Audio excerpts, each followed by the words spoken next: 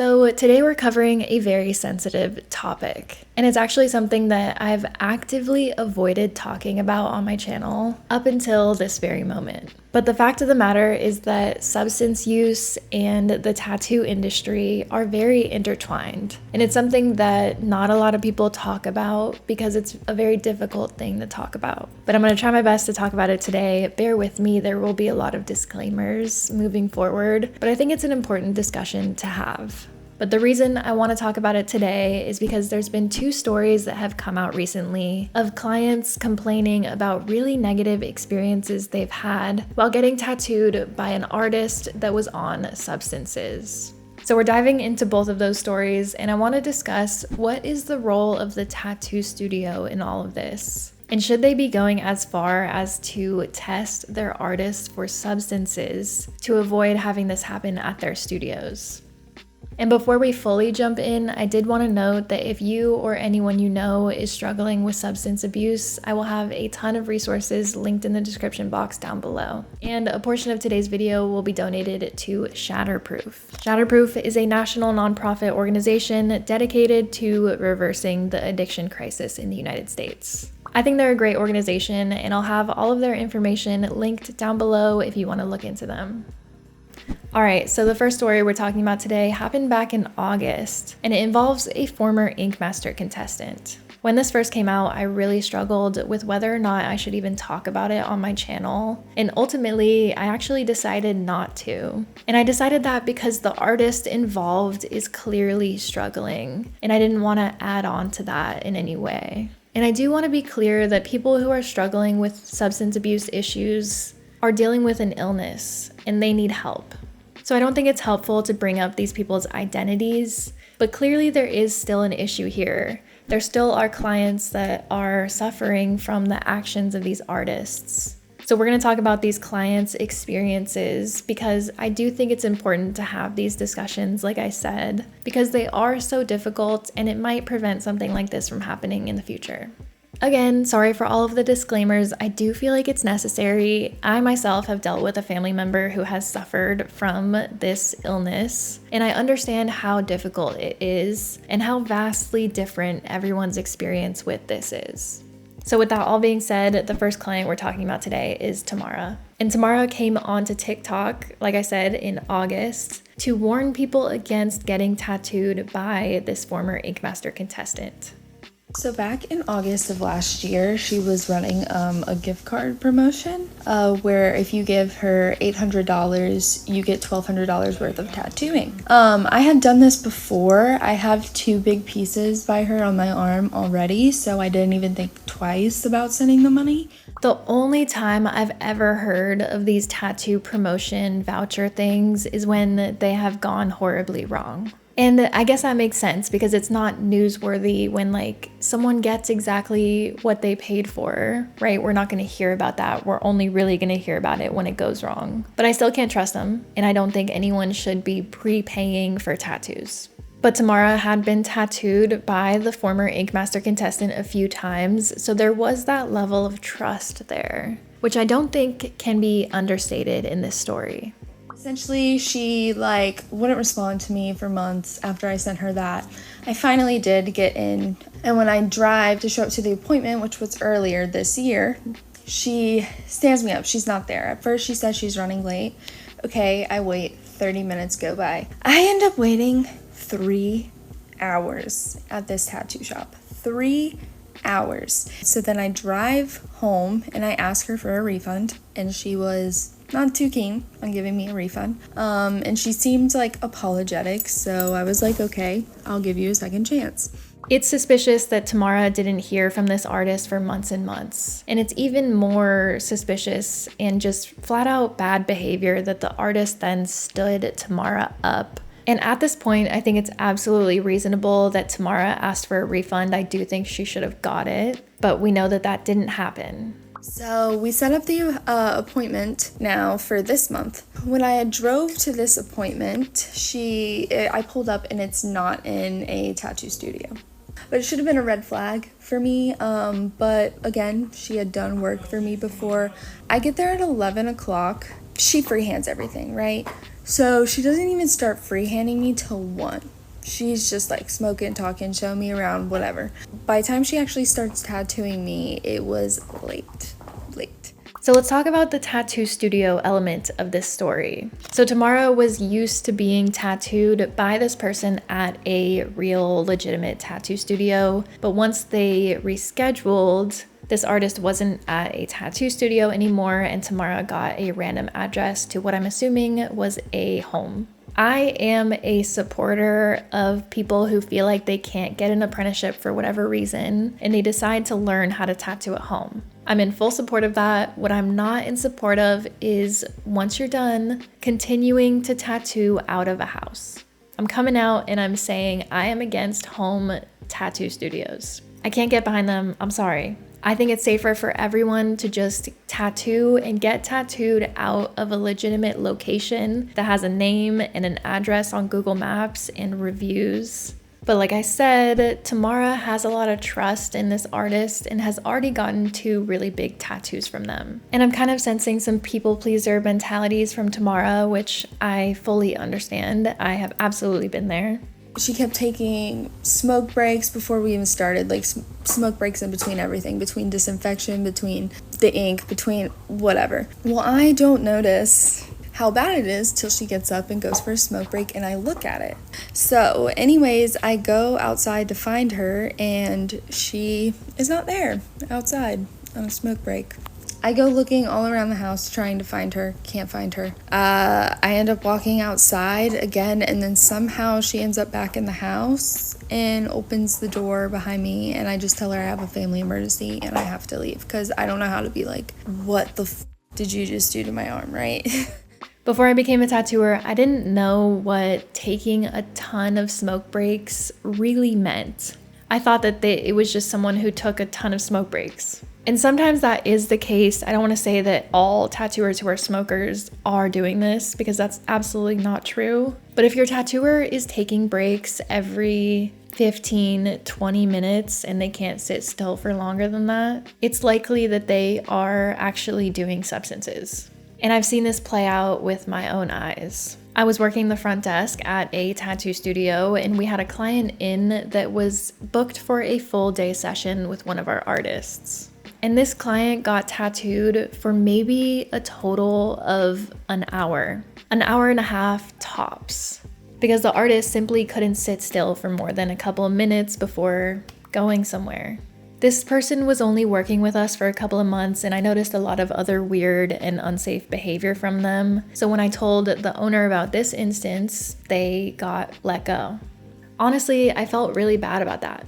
But I knew that that couldn't happen to another client in our tattoo studio because this client was essentially scammed out of a full day session. They were supposed to finish the tattoo, but the client only had some scribbly lines on them, similar to what Tamara was left to deal with at this random house. Are you kidding me? Are you like And you can see she did the other 2 pieces right next to it, so you can really see how it's not the same. I mean, it's also gross that the pictures of Tamara's arm are in somebody's random kitchen. Like there's a pan on the stove in this one. And I mean, at least the kitchen's not like disgustingly dirty, but you don't know whose like random blood could be splattered all over there. If you're in a situation like this, how about you bring a black light and illuminate what's going on in that kitchen? And I know my whole like tattooing at home thing sounds so boomer of me, but genuinely I have to be a boomer in this instance. I don't think it's safe. So the lines are really bad, the shading's really bad, the color's really bad. And it's actually crazy how you can see the huge difference in quality between the other tattoos that Tamara has on her arm compared to these line work. And you can really see how poor the quality is as they're literally side by side. And I can't be the only one that clocked that fox looks exactly like the Tattoo Gate fox sketch. So I don't know what to make of that.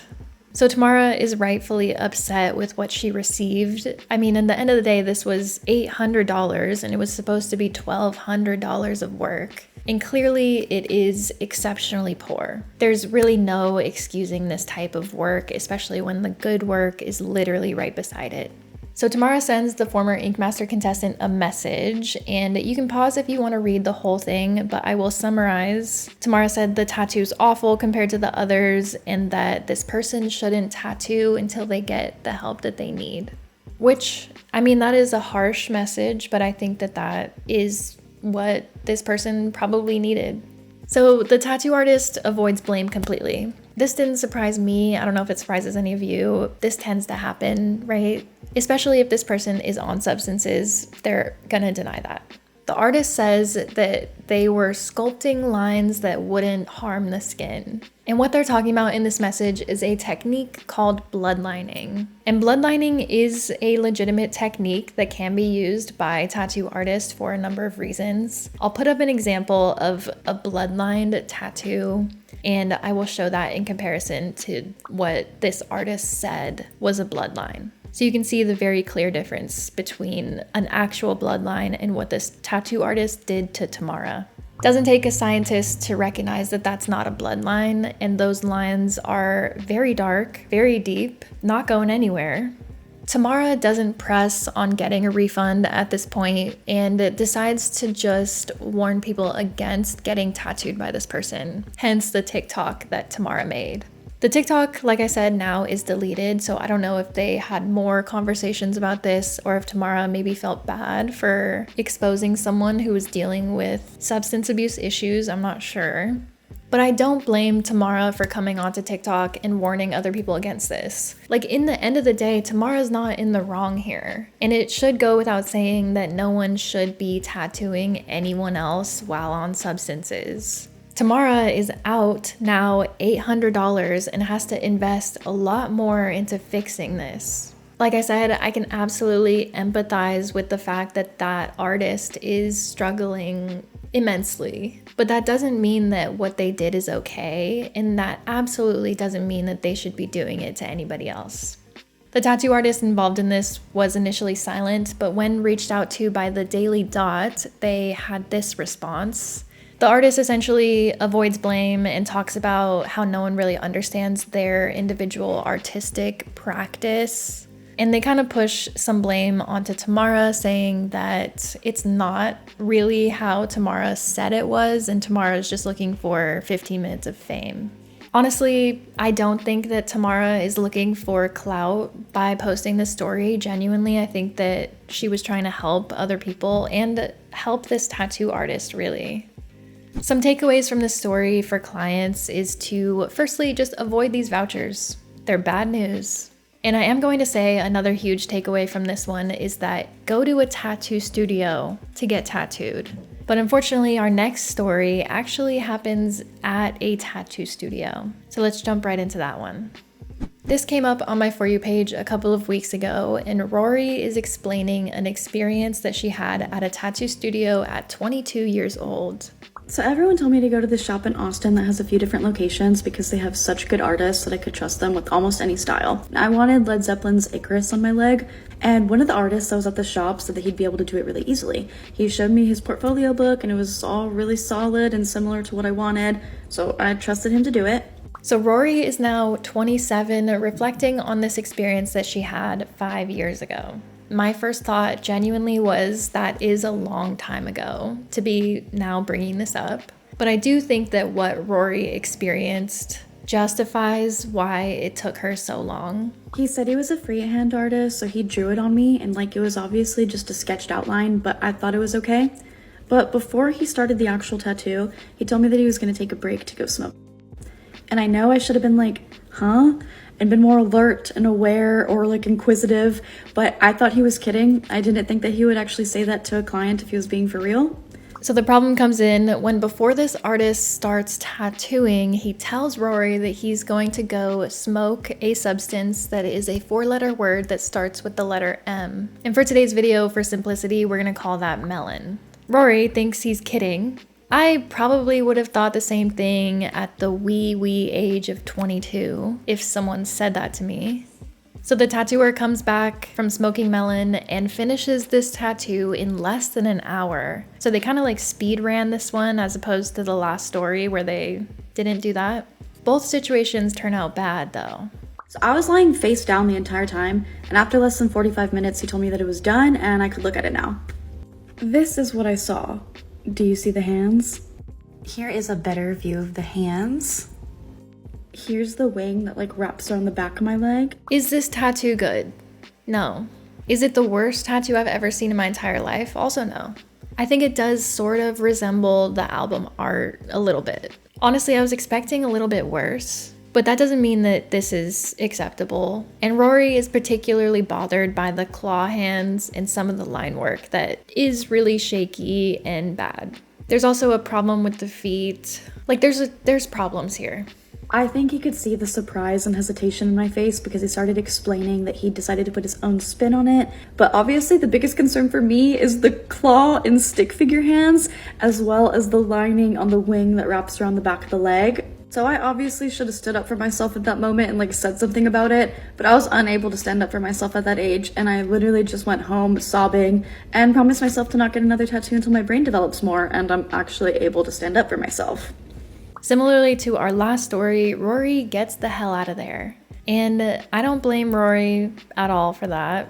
Rory's critics will say, like, if you had a problem with it, why didn't you voice it then and there? And that's so much easier said than done. Imagine being at a tattoo studio, you have this now permanently on your body, and you have to embarrass this tattoo artist, make it a huge problem. His entire studio is gonna know. And it's like, you already have it permanently on your body. You're kind of in shock at that point, just wondering what are even the options that you can do. So I completely understand why this situation is incredibly difficult to be in, and I understand why clients don't feel comfortable to speak up. I'm not saying you shouldn't make a fuss, because you should, and it sucks that it is so uncomfortable. I can just totally get why Rory didn't say anything in the moment. So Rory reaches out to this tattoo studio 5 years later, which, yes, is a long time. I'm assuming Rory asked for a refund, although Rory doesn't show their initial first email. And the tattoo shop responded saying this, and again, I will paraphrase, that they essentially said this tattooer was incredibly skilled, but unfortunately relapsed into substance abuse. And when the tattoo studio found out about him, they let him go. And in this email, the tattoo studio does kind of push the blame back onto Rory, saying that she approved the design prior to it getting tattooed. So if Rory is unable to speak up in that moment, this could have happened whether or not this artist was under the influence or not. Which I do think is unnecessary because, one, he was a freehand artist and said that that initial design was a sketch. So Rory really didn't know what was going to be the final product, but she trusted him.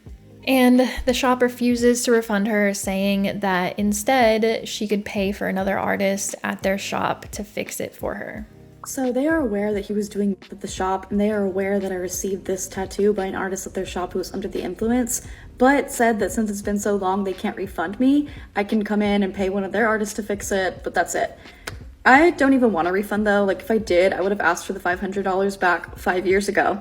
I just recently realized that I had to be brought to their attention, like, for other people's well-being, and I obviously don't want to go back to that shop again for any reason. This one is a weird situation. In my mind, if a tattoo artist is outright sharing that information with their client that they're about to go smoke melon, his coworkers must have been aware of that going on. Right? That doesn't just happen randomly. I would find it exceptionally hard to believe if you told me that nobody knew about this except for Rory in that moment. So after Rory's initial video, a few days go by and she's had some more conversation with this tattoo studio, and she posts another video where she decides to name them. So I originally wasn't going to name the shop because I don't want any negativity to come to the artist, but my friends and I looked at the shop's pages and they're not connected to the artist in any way. They removed all of his stuff, so no negativity is going to come to him. And honestly, I do blame the shop now. Like, after talking to others about it, I think they should have been paying more attention to the work that the artists that they contracted were doing. So I will tell you guys the shop, because if they have this response to knowing that one of their artists tattooed me while on, There's no telling how they'd respond in a similar situation or in any type of bad situation. It was Atomic Tattoo in Austin. Doesn't matter which location because that response is from the business in general.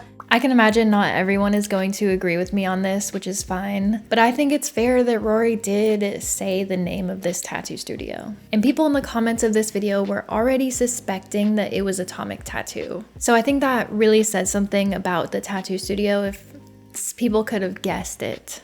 Granted, it is an incredibly difficult situation to be in if you're working in a shop environment and you see stuff like that. Like with my experience, I didn't really have that much to go off of. And if you are really close to these people and you see them falling into addiction, bringing that up is incredibly difficult. But I do think tattoo studios need to be taking responsibility for things that happen with the artists that they contract to work there. The studio really should have just refunded Rory the money and apologized. Like genuinely, all of this could have been avoided if they just did that. And there's such like a hesitancy to just take accountability when it comes to tattooing, and I see it all the time.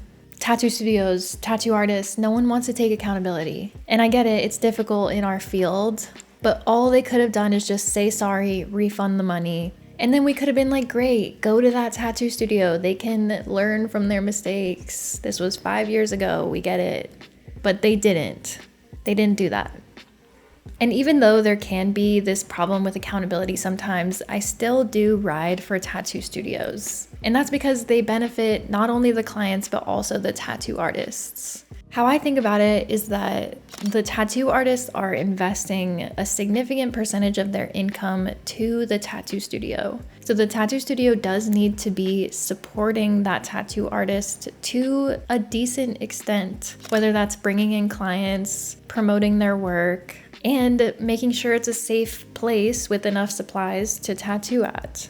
I feel like part of that is being responsible for the artists that are in your studio.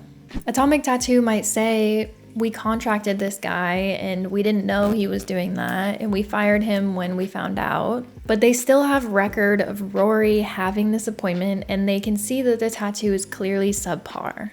And the tattoo studio at one point became aware of this artist's substance abuse problem. So I really do think it is the tattoo studio's responsibility to make this right with Rory. And yeah, they may have not known at the time, but it would be very easy for them to rectify that situation. And I find it hard to believe that they didn't know. Like I said in the beginning, substance use, alcohol, smoking even, like these are things that are very intertwined in the tattoo industry. And no one wants to talk about it. I didn't want to talk about it for a really long time until I felt like I could tackle it in the right way. I understand that no one wants to be the person that says, hey, so-and-so is acting weird. But I think that with tattooing, we do need to be more strict with who can and can't permanently mark people's bodies forever. And I'm not talking gatekeeping, I'm talking ensuring that clients are safe, their bodies are respected, their skin tones aren't ignored, and they can get tattooed at a place where they don't feel uncomfortable to speak up. Honestly, I could go on and on about that, but I do want to tackle the question that I posed in the beginning of this video. Should tattoo studios be testing their tattoo artists to ensure that it's a substance-free environment? It's a hard question to answer, and it does feel extreme to me to make this some sort of like industry where everyone has to be substance tested. I don't think that that's right. But I can't get over the fact that no client should be in a position like Rory and Tamara were in. And I do think that tattoo studios have a responsibility to their clients to make sure that they're hiring people who are not under the influence while on the job. And it's hard to say that because there's a lot of like substances that, everyone consumes on a daily basis. Caffeine, nicotine is a huge one. I know we can tattoo on that. It's not like gonna kill us, but it's also a substance. And actually it will kill us, take that back. But what I'm saying is it's normalized in the industry. And there are a lot of substances that are normalized in the tattoo industry. So who's to say what's okay to tattoo on and what's not okay to tattoo on? It's a difficult one. Honestly, I don't think we can put any sort of blanket statement to say every tattoo artist should be tested for substances. I think that is ridiculous. but it might just be a case-by-case situation. And there are things to look out for if you suspect someone may be abusing substances. You can look out for a noticeable lack of energy, disinterest in work-related activities, poor work performance, showing up chronically late, bloodshot eyes, appearing tired or run down, and defensive when asked about substance use. I'm not here to put any negativity on any person that's dealing with any sort of substance abuse issues. Like I said, these people are dealing with an illness and they need help from their friends, their family, their community. Like I said, there will be a plethora of resources linked down below if you are interested. I know this was definitely a difficult topic to tackle, but I do think that the more we can be open to conversations like this, we can be more open to offering support to the people who need it and hopefully avoid situations like what Rory and Tamara have experienced. So with that, I would love to know what you all think about if tattoo studios should be testing their tattoo artists. And what role do you think tattoo studios should play in instances like this? Let me know in the comments down below. So if you've made it to the end of this video, thank you so much. I also wanted to wish you all happy October 1st. As you can see, we're definitely ready and in the spooky spirit over here. I really want to get Olive a Halloween costume, but she hates wearing clothes. But we'll see what we can put on her. This is your sign to start decorating for the spooky season, and you don't need to go out and spend a ton of money. I got most of these decorations from Goodwill, and you can also repurpose like other decorations that you have. So thanks for being here until the end of this video. As you all know, I really appreciate it. If you have, leave me this emoji in the comments so I know that you are a real one. Bye everyone.